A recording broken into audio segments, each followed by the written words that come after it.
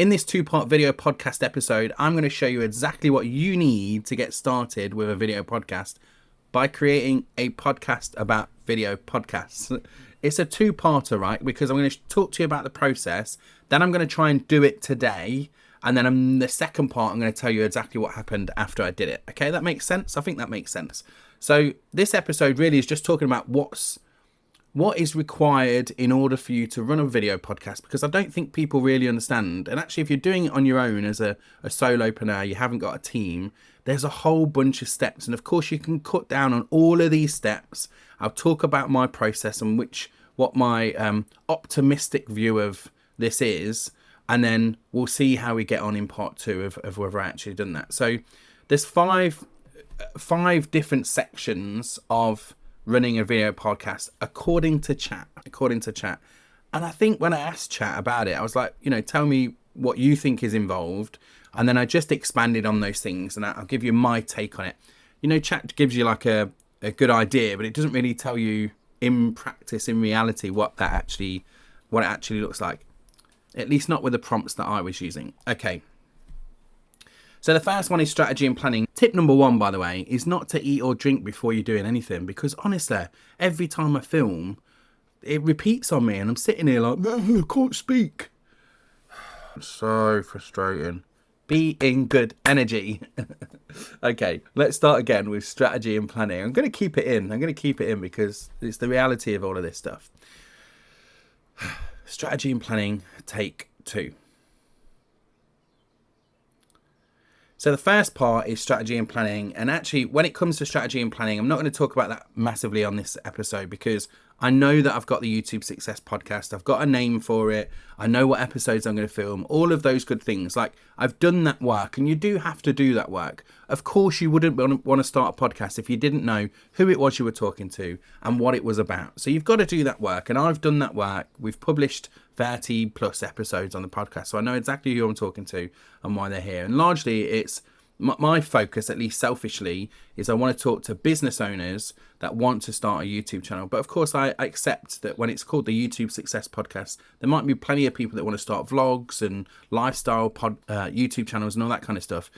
I get that they won't just be the kind of people that I want to talk to, because it's quite a broad name for the podcast. But my focus when it's working with people are business owners. They're always going to be business owners and entrepreneurs. So I know that about my audience, and you've got to do that.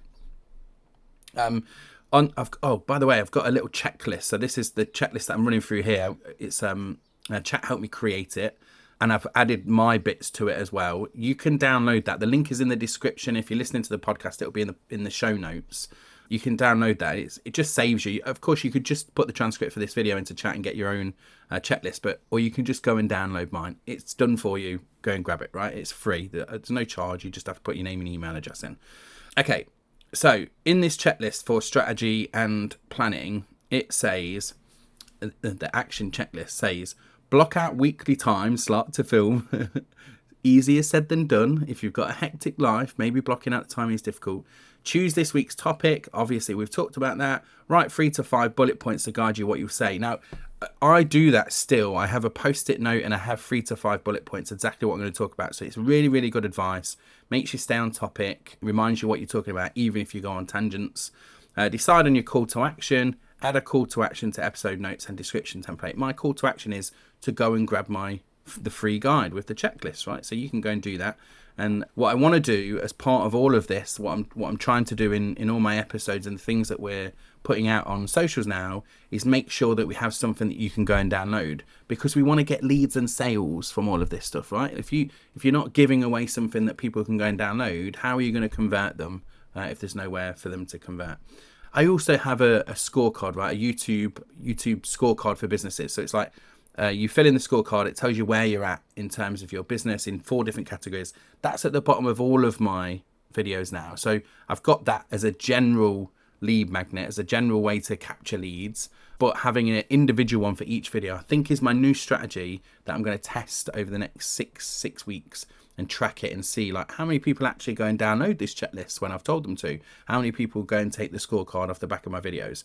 I want you to know that, because that's part of the strategic planning part of all of this. There's no point in just putting all this free content out there if you're not going to get people coming towards you as well. All right, section 2 then is about tech and equipment. Super important. From my perspective, the checklist for this is like charge your camera and mic. Good advice. Choose your camera, pick filming location and check background, run lighting, test mic sound levels.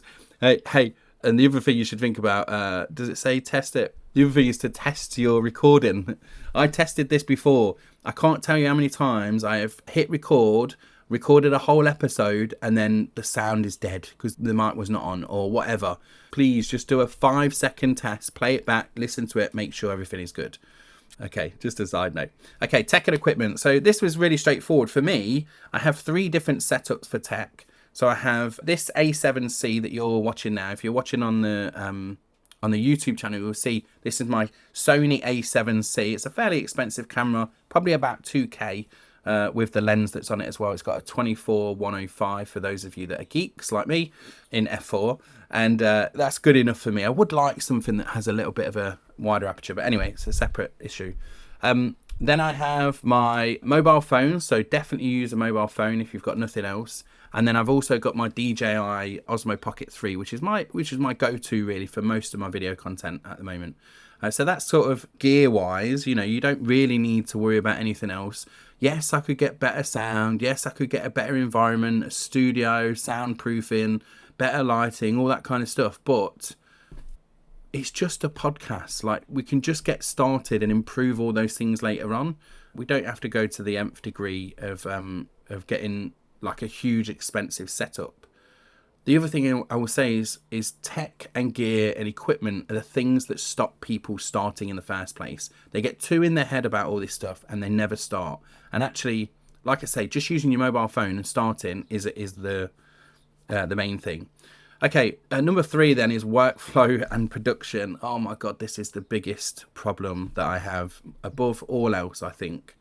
Workflow and production.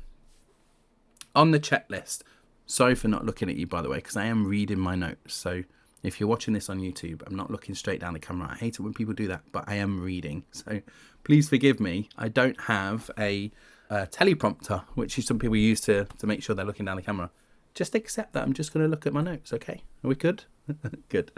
So, free workflow and production. Record 1 take solo episode. This is the checklist. Import into this script. So this is where I'm customizing the checklist, because if you have to chat, it won't say things like this.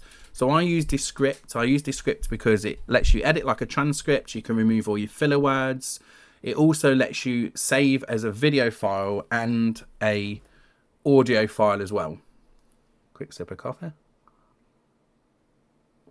Even though I've just said not to do that. But I would hate my coffee to go cold. Yeah, so it allows you to download the video and the audio file. So it's easy for us to do that. What we want to do is make all of this stuff easy, even though it's not, right? Even though it takes a bit of time. Then I want to clean up my audio and captions. Yeah, I found that this script, it has something called Studio Sound that allows you to clean up your audio. I just don't find that it works very well. And I'm getting a bit frustrated with the sound in the script. I feel like it's cutting out some of the words, which is frustrating me a little bit. And I've got to check on the footage overall to see what the sound is like. And for those of you that are listening on the podcast, we've had 18,000 people listen to the podcast so far. So you must not mind that much if the sound is not amazing. I know some podcasts I listen to, the sound is beautiful. But we're just starting. We're just getting going, right? Like, it's not hugely important. My studio is just not the kind of studio that I'd like if I wanted to have a beautiful sound and all that kind of stuff. Especially in this heat, I have to have my windows open. I can hear everything banging all the time when my windows are open, you know. Anyway, we export the MP3 that we need as well, which also means, even though we'll talk about this in the publishing and promotion part, we also need graphics. You know, one of the things that I think holds me back is having to create a landscape version, you know, for my thumbnail. I have to create a square version for my episode. We have templates for these things, but then if I'm unhappy with the templates, it kind of annoys me where we are with that as well. Actually, I'd love to have a team to do all of this stuff, but I don't have a team. It's just me. Well, you know, I've got Emma as part of my team, my wife as well, and they do help with some of this stuff, but in terms of the long-term vision for all of this is to make sure someone else does all of these different things. So giving you the checklist if you're a solopreneur starting doing this yourself, so you know what is required. But we should really be outsourcing this as well to somebody else. And then the other thing I've got on that checklist is 7 short form videos. Like for me, I think if you're going to create a podcast, you want to make sure that you create it once and repurpose it. And so I want to have up to 7 pieces of content. Now I might film a separate short form piece of content to kind of promote it when I launch it, but the other 6 maybe are part of the episode itself. I want to just say to Descript, go and grab a bunch of different interesting videos from this existing video in my style and create the content for me, right? And with Descript, it has some AI stuff in it which allows you to clip up your existing episode so you don't have to do loads of work. It's so important to use these tools to maximize the amount of production or minimize the amount of production and editing and effort that goes into it, but maximizes your promotion opportunity. That's why I love Descript and why it's just called out here in the workflow and production as the software to use. I don't know if there's anything else that does it quite as well as Descript. I've heard Riverside is pretty good for this kind of thing as well. Then let's take a look at publishing and production then for your podcast, your video podcast specifically. So in my checklist, I've got upload to YouTube with all metadata, upload MP3 to Captivate. Captivate is the software I use for hosting my podcast. I know you've got things like Spotify for creators. I've heard that's free and I pay for Captivate, but I kind of like Captivate. I'm used to it and it's been really good for me for a while. So Captivate is my podcast hosting software of choice. They also got a really good course that's free as part of the software that you can just go and it shows you how to launch your podcast. So if you're thinking about doing that, I highly recommend that course. It was really, really useful. Use templated show notes. Well, actually what I'm going to do again is use Descript. So in Descript's AI tools, it allows me to create my YouTube show notes, YouTube description with chapters, my show notes, all of that good stuff is available in there. So I'm maximizing the output from that software again. Schedule, post 7 short clips, add call to action, links in each post, share via email or community group, right? So that's my publishing and promotion checklist. All of that takes time. And absolutely, when we mentioned that we're doing this on a Saturday morning, want to get it all done by lunchtime. Can I get all of these things in place? We will see in episode 2, in the second part of this. And then number 5 is monetization and growth. The checklist for this is mention call to action or an offer during the episode. Well, I've told you about the download, the free download that I'm talking you through really in this, even though I'm giving you my own view on it.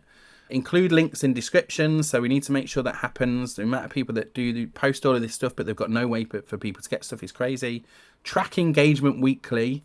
Respond to audience engagement and schedule a guest every few episodes. I guess these are other ways in which we can get people in here. You know, from anyone that's listened to the podcast or watched it on YouTube, you see we had Jenny Hoyas recently as my last guest, and she was amazing. So getting people like that on the podcast is really great, and it just means that you don't have to do all of the planning and prep work necessarily. Of course, you've got to plan and prep for questions for your guests, but you can rely on the talking and the conversation with them. Also, when you're clipping them up, it's great to have a guest because you can clip up like someone who's popular, who's got a great story to tell, and it's not always you that's on there. So that really helps. So they're the five different parts then to running a video podcast. And I totally accept that it's difficult because when I looked at YouTube Success Podcast, I published an episode every week for 6 months, and then over the last 2 years, we just haven't been consistent at all. And so this episode really was about me sort of acknowledging, like, what does it actually take to run this kind of thing? And if you're thinking about it, I'll tell you, the punch in the gut came because somebody left a note on my contact form and they said, Matt, why did you stop publishing the podcast? I'm like, because of all of these things that we've got here that it takes to run it. It is a lot of work and it is a lot of effort, but if it's worth doing, it's going to take a bit of effort. And I know I can systemize this and I can push this out with some support and a VA or something like that, and I can use the tools that are around to help me do all of that stuff, but it still means I've got to do the work. And you've got to do the work. If you're starting on YouTube, you've got to do the work. There's no hiding from it. I know people are looking at like faceless channels now and they're looking at using AI to create content, but I think we're in part of this age now where we're in with all of this AI content out there. yes, it's interesting. I'm seeing really cool and interesting things. People are making a lot of money with the content that they're creating. But for me, I want an authentic connection with somebody else, not a AI version of somebody else, or not a somebody I can't meet. You know, I want to go to Tube Fest. I want to go to the Festival of AI. And I want to meet people, shake their hands, give them a hug. I can't do that with an AI character. So I think there's an opportunity here to differentiate your content by being authentically you and showing up as yourself, warts and all, which is what this episode is all about. All right, thanks so much. This is part one. Part two is the other side of when I've done all of this work. So this is me filming it and describing it to you. But in the next episode, the next part of this video, I'll let you know how I got on with editing it all, put it all together, and the content that we created. And hopefully I can show you some of that as well. If you're listening on the podcast, you'll hear me talking about it. All right, that's it. 20 minutes for this episode. Now to do the hard work. I'll see you next time.